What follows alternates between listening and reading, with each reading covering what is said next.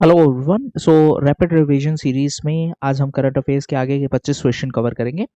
Okay, first question है एरावत, जो कि इंडिया का पहला national AI super computing initiative है, ये कहाँ पे है? तो ये सीडेक पुणे में है। एरावत का फुल फॉर्म क्या है? Artificial intelligence research analytics and knowledge simulation platform. So ये सीडेक पुणे में है और ये ग्लोबली 75th है टॉप 500 ग्लोबल सुपर कंप्यूटर्स की लिस्ट में। नेक्स्ट क्वेश्चन है SPECS है, जो scheme for promotion of electronic component and semiconductors. इसमें कितना इंसेंटिव की बात की गई है? तो दो तरीके से क्वेश्चन पूछा जा सकता है। एक तो ये SPECS किस चीज़ से रिलेटेड है? इलेक्ट्रॉनिक कंपोनेंट की मैन्युफैक्चरिंग और सेमीकंडक्टर के लिए है, और इसमें जो इंसेंटिव है 25% इंसेंटिव की बात की है। एक और स्कीम है PLI, जिसपे ऑलरेडी क्वेश्चन आ चुका है। ठीक है। नेक्स्ट क्वेश्चन है प्रोजेक्ट स्पेक्ट्रा है, वो किस चीज़ से रिलेटेड है? तो आरबीआई का एक इनिशिएटिव है और ये ECB से रिलेटेड है। ECB क्या है? एक्सटर्नल क्रेडिट कमर्शियल बोरोइंग, यानी बाहर से उधार लेने के लिए है। स्पेक्ट्रा फुल फॉर्म क्या है? Software platform for external commercial borrowing and trade credit reporting and approval. Okay, next है which organisation manage the credit guarantee fund for micro unit under Pradhan Mantri Mudra योजना। मुद्रा के अंडर में 3 टाइप के लोन है, शिशु, किशोर, तरुण। शिशु में कितने तक है? 50,000 तक है। किशोर में कितना है? 50 से 5 लाख तक है। तरुण में कितना है? 10 लाख तक है। और तरुण प्लस भी एक कैटेगरी है जो बजट में अनाउंस किया गया था, जिसमें 20 लाख तक का लोन होगा, लेकिन ये उन लोग के लिए है जिन्होंने पहले लोन लिया था और टाइम से पे कर दिया है। ठीक है।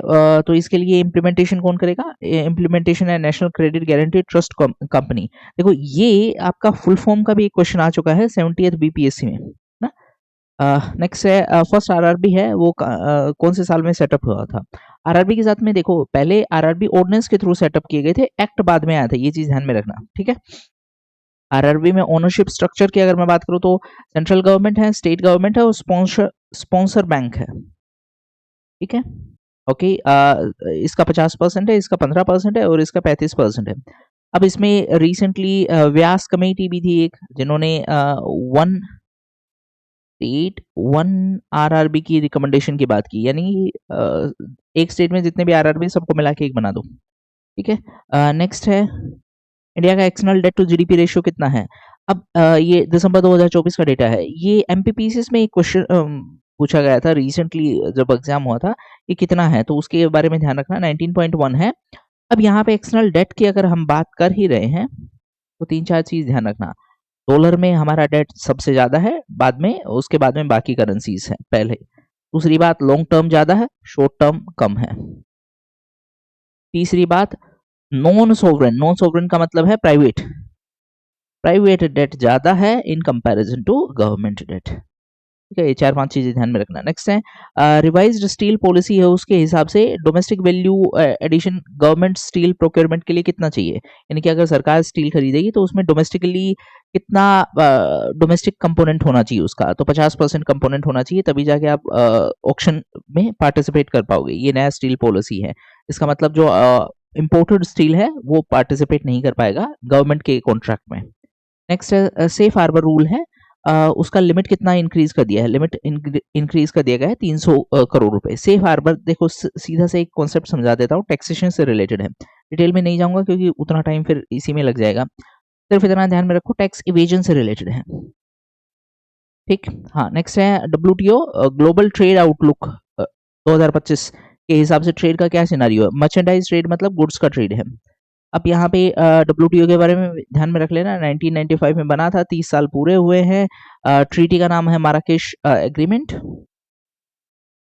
और जो निगोशिएशन हुआ था वो उरुग्वे राउंड के हिसाब से हुआ था। और इससे पहले जो ऑर्गेनाइजेशन थी उसका नाम था GATT, general agreement on tariff and trade. ठीक है। तो इसके हिसाब से जो गुड्स का ट्रेड है उसमें डिक्लाइन आएगा 0.2% का, सर्विस के ट्रेड में 4% का ग्रोथ होगा। अब एक और चीज भी बात करें इंडिया की, अगर हम बात करें तो इंडिया की गुड्स के ट्रेड में डेफिसिट है, और सर्विस के ट्रेड में सर्विस में है सरप्लस। ठीक, ये ध्यान में रख लेना। नेक्स्ट, केप टाउन कन्वेंशन किस चीज से रिलेटेड है? तो केप टाउन कन्वेंशन है high value movable asset like aircraft. इसके लिए रिसेंटली एक बिल पास किया गया था पार्लियामेंट में, उसके कंटेक्स्ट में क्वेश्चन आ सकता है। नेक्स्ट, लिक्विडिटी कवरेज रेशो, कहने का मतलब लिक्विडिटी का मतलब होता है पैसा। लिक्विडिटी कवरेज रेशियो है वो किस फ्रेमवर्क का पार्ट है? तो बेसल 3 का पार्ट है। बेसल 3 किससे रिलेटेड है ये भी ध्यान में रख लेना, बैंकिंग से रिलेटेड है। किसने दी है? BCBS ने, banking committee on basal committee on banking supervision ने दी है। ठीक है, बेसल कहाँ पे है? स्विट्जरलैंड में एक जगह का नाम है। ये बैंक्स को सही तरीके से मेंटेन कैसे करें उसके लिए गाइडलाइंस जारी होती हैं। लिक्विडिटी कवरेज रेशियो का मतलब बैंक के पास कितने पैसे हैं इमीडिएटली अगर उनकी रिक्वायरमेंट हो, शॉर्ट टर्म रिक्वायरमेंट हो उसको फुलफिल करने के लिए, यानी अभी पैसे की जरूरत है तो उनके पास कितने हैं। नेक्स्ट है इंडिया का टोटल एक्सपोर्ट कितना है? ये 824, जस्ट अ सेकेंड, 824.9 एग्जैक्टली याद रख लेना, डायरेक्ट क्वेश्चन आ सकता है। ठीक है, अब इसमें गुड्स के ट्रेड में नॉर्मल सा ग्रोथ हुआ है, मिनिमल ग्रोथ हुआ है, और सर्विस के केस में रिकॉर्ड ग्रोथ हुआ है। ठीक है, एक हमारा FTP भी है, फॉरेन ट्रेड पॉलिसी। 2030 तक हमारा गोल है कि 2 ट्रिलियन का हम एक्सपोर्ट करेंगे, जिसमें से 1 ट्रिलियन गुड्स होगा, 1 ट्रिलियन सर्विसेज होगा। ठीक है, सर्विस के केस में 13.6% का ग्रोथ हुआ है। एग्जामिनर क्या कर सकता है? एग्जामिनर इसको रिवर्स कर सकता है कि गुड्स के केस में है सबसे ज्यादा हाई ग्रोथ हुआ है, सर्विस के केस में कम हुआ है। विजिंजम इंटरनेशनल सी पोर्ट कहाँ पे है? तो ये पहला इंडिया का ट्रांसशिपमेंट पोर्ट है। ट्रांसशिपमेंट का मतलब ए से आपको सी जाना है, डायरेक्टली कोई कनेक्टिविटी नहीं है तो आप पहले बी जाओगे, बी से सी जाओगे, ये ट्रांसशिपमेंट है। तो ये केरला में है और ये PPP है। PPP मतलब public private partnership, Kerala, central government और अदानी ग्रुप। ठीक, नेक्स्ट DMF, वो कौन से कानून के तहत सेटअप किया गया? ये कल भी हमने कवर किया था, ये MMDR act 1957, mines and minerals development and regulation act. Next है इंडिया रिसेंटली किस कंट्री को सरपास करके 4th लार्जेस्ट इकोनॉमी बना है? तो हमने जापान को पीछे छोड़ दिया है। टॉप पे कौन है? टॉप पे US है, फिर कौन है? चाइना है, फिर है जर्मनी और फिर है इंडिया।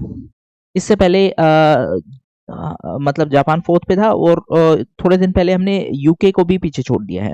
ये तो बात हुई है हमारी नॉमिनल GDP की। PPP परचेसिंग पावर पैरिटी में US सबसे ऊपर है, सॉरी चाइना सबसे ऊपर है, फिर US है और फिर उसके बाद में इंडिया है। इंडिया 3rd पोजीशन पे है।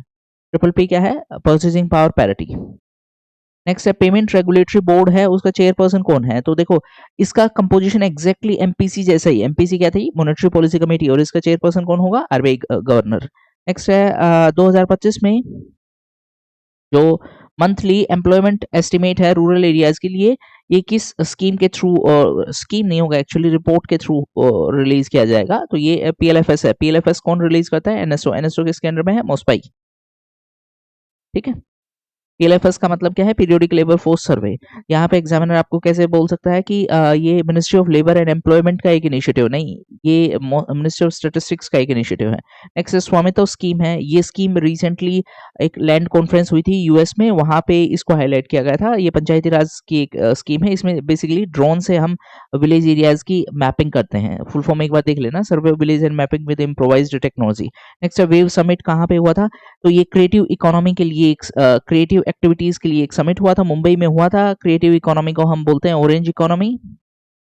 ठीक है, और Indian institute of creative technology की भी बात की गई थी, ये भी कहाँ पे होगी? मुंबई में होगी। ठीक है, नेक्स्ट सिल्वर इकोनॉमी किसको बोलते हैं? सिल्वर इकोनॉमी एल्डरली पॉपुलेशन को बोलते हैं, इसको सिल्वर डिविडेंड भी बोल देते हैं। नेक्स्ट है सिविलिक कमिटमेंट। देखो SDG के लिए हमें कितने पैसे चाहिए हैं, उसके लिए एक IFAD होता है, initiative for financing for sustainable development. इसका 4th जो कॉन्फ्रेंस था ये सेविले में हुआ था, वहीं पे इन कमिटमेंट को अडॉप्ट किया गया था। ये कहाँ पे है? स्पेन में है। ठीक, और इसके थ्रू 4 ट्रिलियन डॉलर की फाइनेंस की रिक्वायरमेंट है डेवलपिंग कंट्रीज को। नेक्स्ट है MISS modified interest subvention scheme है। इसको कौन इंप्लीमेंट करेगा? मतलब सस्ते दाम पे इंटरेस्ट देने का स्कीम है। इसको RBI और नाबार्ड इंप्लीमेंट करेंगे। ठीक है, नेक्स्ट है टर्मरिक बोर्ड का हेडक्वार्टर कहाँ पे? निजामाबाद में है, जो कि तेलंगाना में होने वाला है। और नेक्स्ट है इफ्को का first overseas nano fertiliser plant है, वो कहाँ पे होगा? तो ये ब्राजील में होगा। और ब्राजील इस साल का ब्रिक्स समिट का होस्ट है। लास्ट साल का G20 समिट का होस्ट था, इस साल का G20 समिट का होस्ट है साउथ अफ्रीका, जोहान्सबर्ग में होगा। और लास्ट क्वेश्चन है एग्रीकल्चर का और GDP में कितना कंट्रीब्यूशन है? तो इसका लगभग 16% कंट्रीब्यूशन है। तो इस पार्ट में इतना ही। नेक्स्ट पार्ट में हाँ हम बाकी क्वेश्चन कवर करेंगे। Thank you.